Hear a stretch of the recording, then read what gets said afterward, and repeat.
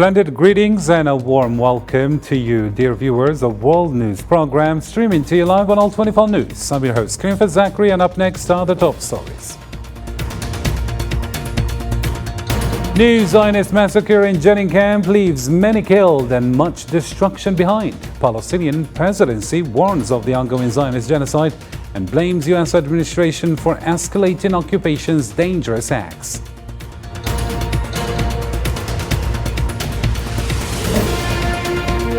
Dozens killed and injured in continued Gaza aggression as Zionist incursion expands in Rafah.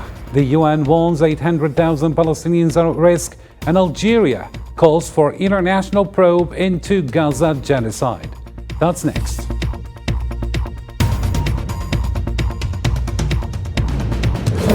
Also coming up, funeral commences for late President Ibrahim Raisi in Tabriz, and Iran sets presidential election for June 28th.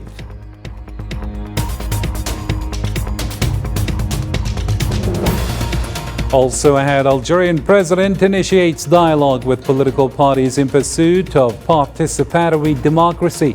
First meeting addresses national, regional, and international issues, embracing year of dialogue. Stay tuned, the details are right after the break.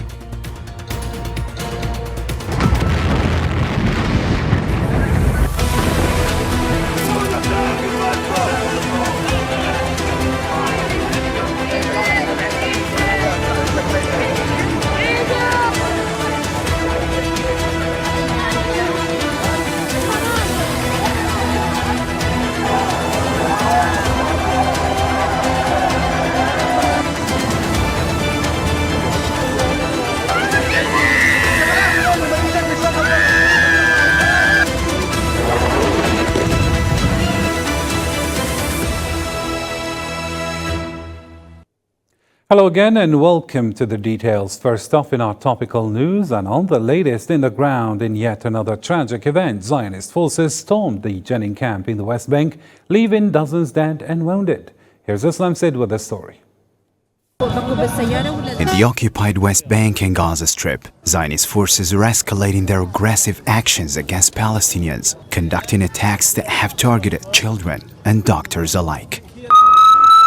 In Jenin camp since dawn on Tuesday, the ongoing violence has resulted in over 7 deaths and 15 injuries, including 2 children, a doctor, a professor, and several school students. Their forces suddenly entered without anyone's knowing and started firing at anything moving in the streets. If you notice, doctors have been martyred as well as school teachers and students. These are the martyrs. The areas of injuries in their bodies were concentrated in the thigh, chest, and head. Anything that moves, as I said, is targeted, including ambulances, as you can see here. Mourners marched through Jenin in funeral procession to bury a Palestinian teacher. Alam Jaradat was fatally shot by Zionist forces on his way to work, according to his brother. Earlier this morning, he was on his way to school, and when the sudden raid started in Jenin, they shot at the people, and he was among them. The Zionist forces besieged Jenin's hospitals and blocked paramedics from reaching the wounded, deploying snipers who targeted anyone moving in the camp, including journalists.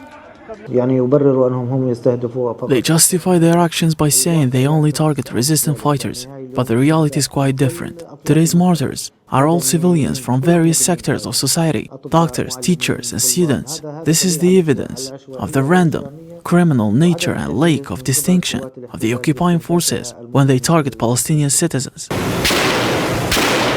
During the invasion, hundreds of Zionist soldiers clashed with Palestinian resistance fighters, causing extensive destruction, as Zionist bulldozers were used to demolish what was left of Jenin's infrastructure.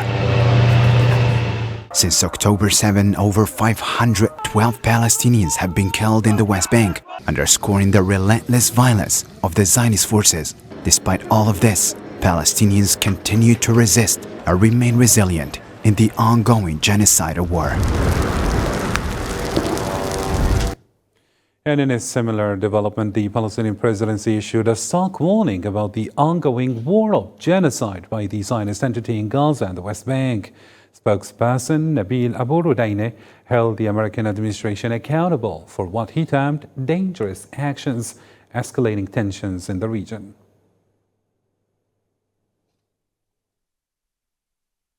Despite the decision of the prosecutor of the International Criminal Court, the occupation and its army insists on continuing their crimes. As a result of the continued and unjustified American support for the occupation, we hold on the American administration responsible for these dangerous actions. They are burning the entire region and pushing it toward the abyss. American support with money and weapons for the occupation and providing cover for not holding it accountable for its crimes pushes the occupation to commit more crimes, as we saw in northern Gaza, Rafah, and today in Jenin, where sanctities are violated and innocents and doctors are killed in a full view of the world, which stands silent in the face of these crimes that affect civilians, as well as the destruction of the infrastructure of Palestinian hospitals, cities, villages, and camps. Arab League Secretary General Ahmed Abul Gheit strongly condemned on Tuesday the Zionist aggression targeting the city of Jenin in the occupied West Bank. Abul Gheit, through his official spokesman Jamal Rushdie, cautioned against the dangerous escalation in the West Bank, warning of its potential to spark a full-scale explosion. Global movements, including the recent decision of the International Criminal Court, have not yet led to deterring Zionist crime or stopping the massacre that has been ongoing for more than 7 months in Gaza. The invasion of Jenin and other cities and towns in the West Bank blatantly reveals the occupation's plans. The Zionist goal has nothing to do with October 7th, but rather the goal is to consolidate the occupation, annex lands, and expel the Palestinians from their homes through a practice that can only be described as ethnic cleansing. Within just 24 hours, Zionist occupation forces carried out 5 new massacres in the Gaza Strip, resulting in the deaths of 85 and injuries to 200 others. The Palestinian Ministry of Health in Gaza reported on Tuesday that the death toll in the Gaza Strip has now reached 35,647 martyrs, with 79,852 wounded since the onset of the Zionist aggression on October 7th.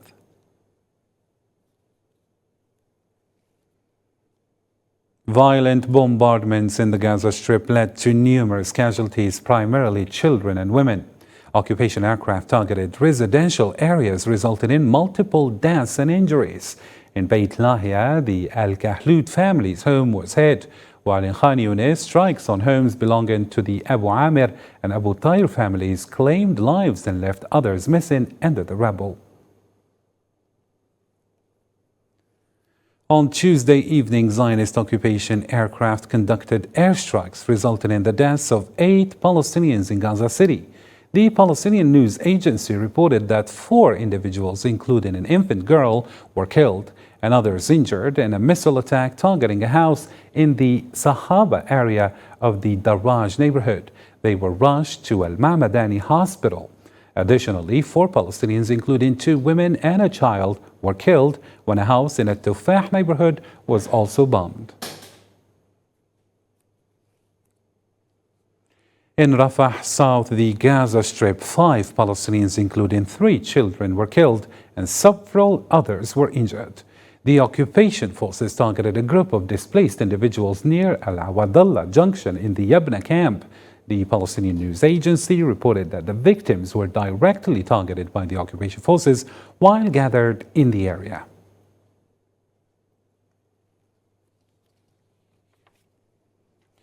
Moving on now to a different report. Thousands of displaced people in Rafah this time queue for aid amid ongoing Zionist bombings, while crossings for humanitarian assistance remain closed.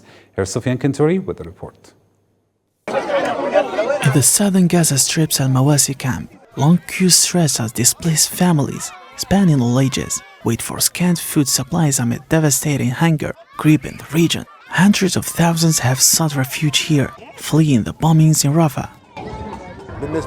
We've got no food nor water, so we are asking for help, and people can see that we've got nothing when it comes to food. We cannot find any food nor any water, and we take our children to hospitals. This spot will be used to feed 20 people. Can you imagine? The relentless campaign of starvation, intensified by the Zionist occupation, persists due to a severe shortage of food brought on by the closure of Rafah and Karam Shalom crossings. International aid is blocked, compelling volunteers to ration food to maximize coverage of the needy. People's need for free food is very urgent because of the siege, the war, displacement, lack of jobs, aid and lack of money, and because gas is not available. In the displaced camps, particularly in Rafah, despair looms large among those fleeing the bombings, unsure of their next destination after enduring repeated displacements. We were in Rafah, then came to Khan Yunis. Live in difficult because there is nothing here. In Rafah, everything was available. We live in canned food that we bring from charities. Their daily struggle is etched in the lines outside distribution points, where hours pass as they hope for a sip of water or a morsel of bread. Many return empty-handed, facing the harsh reality of comprehensive war waged by Zionist entity against Gaza's Palestinians. To other international reaction now, UNRWA announced the suspension of food distribution in Rafah, southern Gaza, citing shortages and security concerns. This decision coincides with ongoing aggression in the north and south of Gaza, prompting a mass displacement of Palestinians. The Zionist occupation's blockade further hinders aid flow to the besieged Strip. The Palestinian resistance targeted a Zionist Merkava tank using a stun gun and guerrilla action in Rafah on Tuesday. The military media of Al-Qassam Brigades, the military wing of the Hamas movement, published on its account on Telegram platform scenes of Al-Qassam forces bombing with mortar shells on the fighting fronts east of the city of Rafah in the southern Gaza Strip.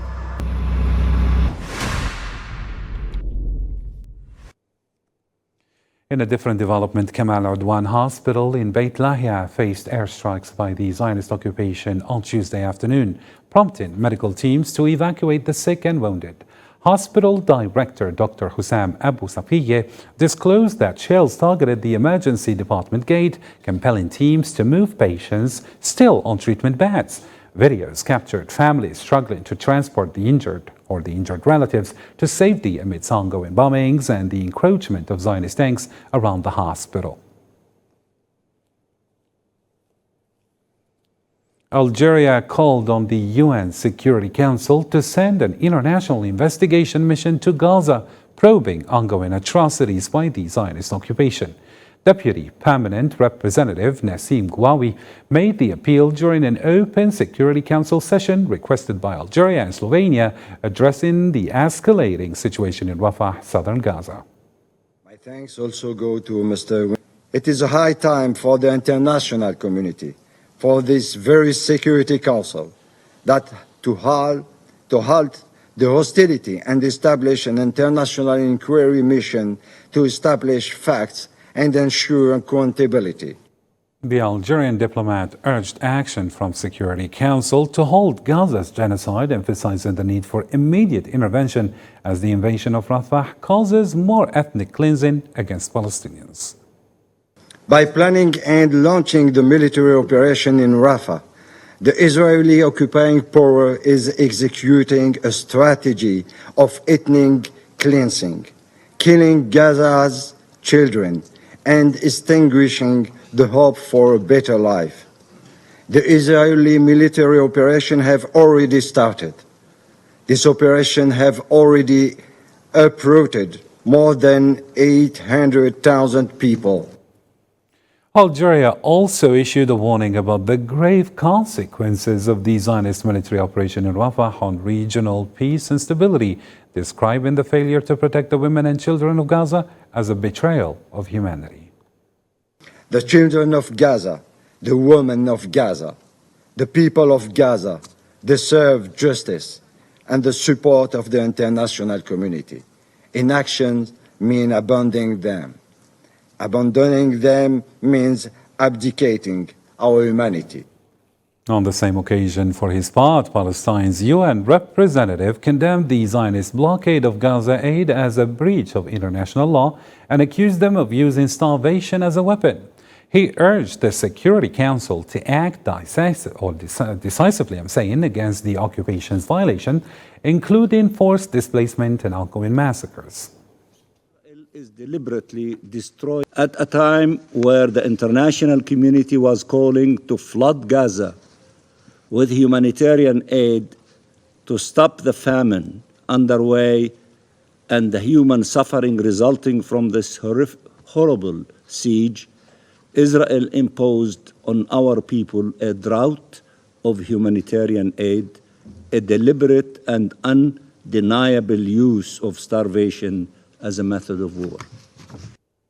UN relief operations head Adam Wassono described the war on Gaza as a disaster and hell on earth during a Security Council briefing.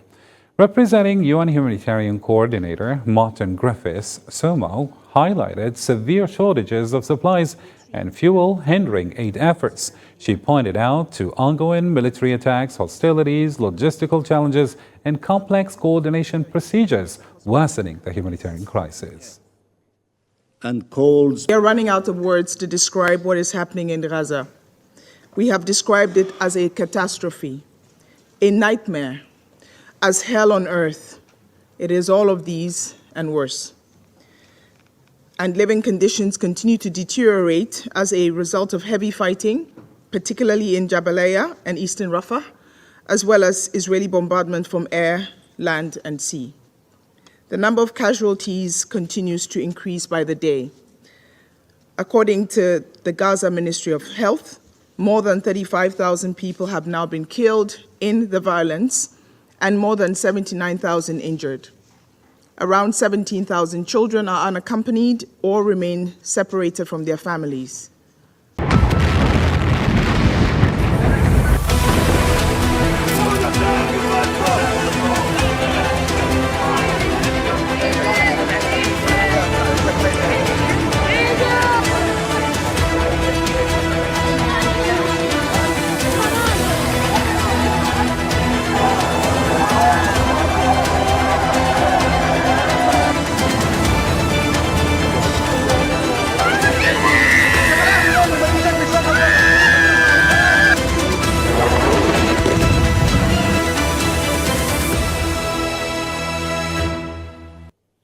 Moving on to other news stories in our program. Houthi military spokesperson Yahya Saree announced on Tuesday that the Houthi military forces downed a US MQ-9 drone over Al-Baida province in southern Yemen.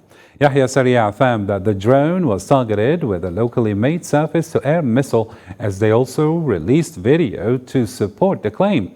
The Houthis had already claimed last Friday that they downed another US MQ-9 drone over the southern eastern province of Ma'rib.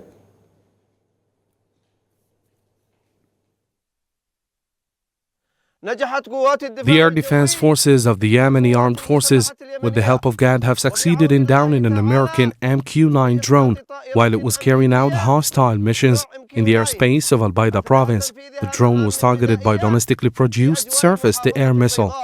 The Yemeni armed forces confirmed that the operation to down the drone came just days after downing another drone of the same type in the airspace of Ma'rib province. With this operation, the Yemeni armed forces have succeeded in downing 5 drones of this type during the promised conquest and holy jihad battle. The funeral for former Iranian President Ibrahim Raisi began in Tabriz on Tuesday before moving to Tehran for a farewell ceremony on Wednesday. Raisi will be laid to rest in his birthplace of Mashhad, South Khorasan, on Thursday. The details with Osama Ayati.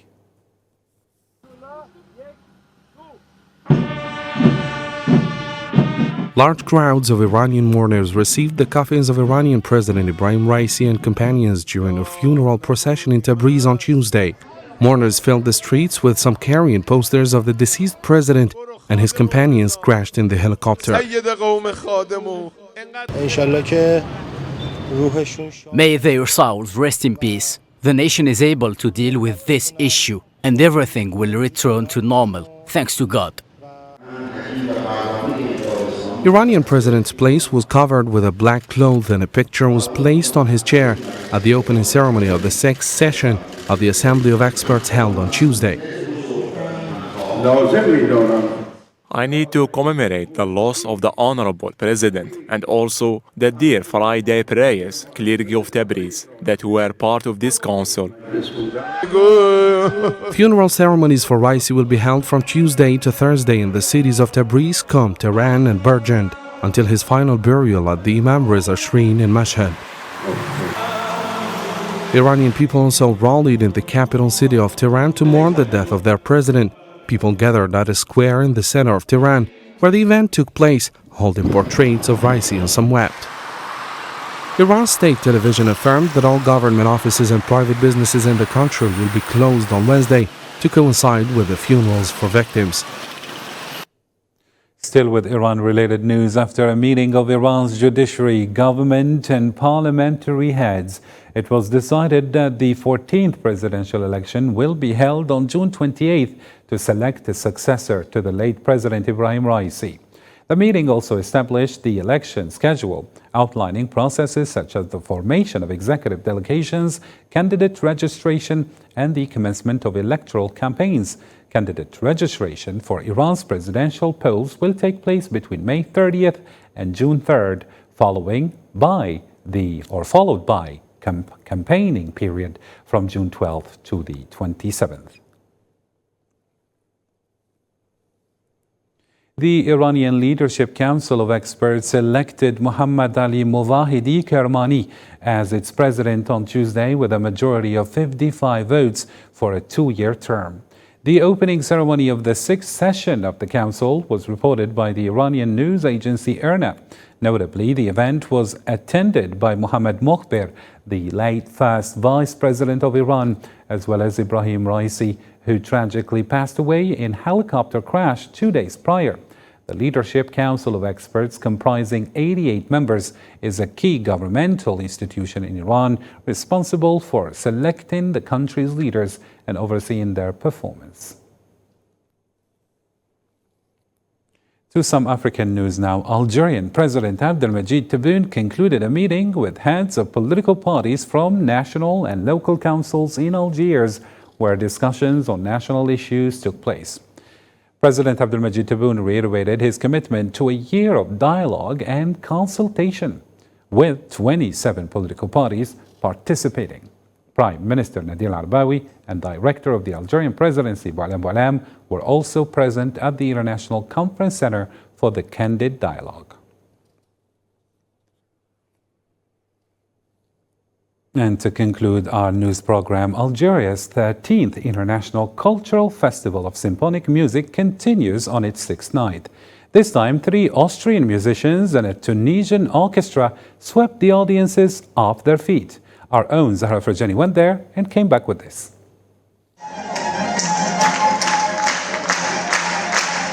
Algiers Opera once again opens its doors for the International Cultural Festival of Symphonic Music. The 13th edition of the festival features the participation of 500 musicians from 14 countries, including Algeria.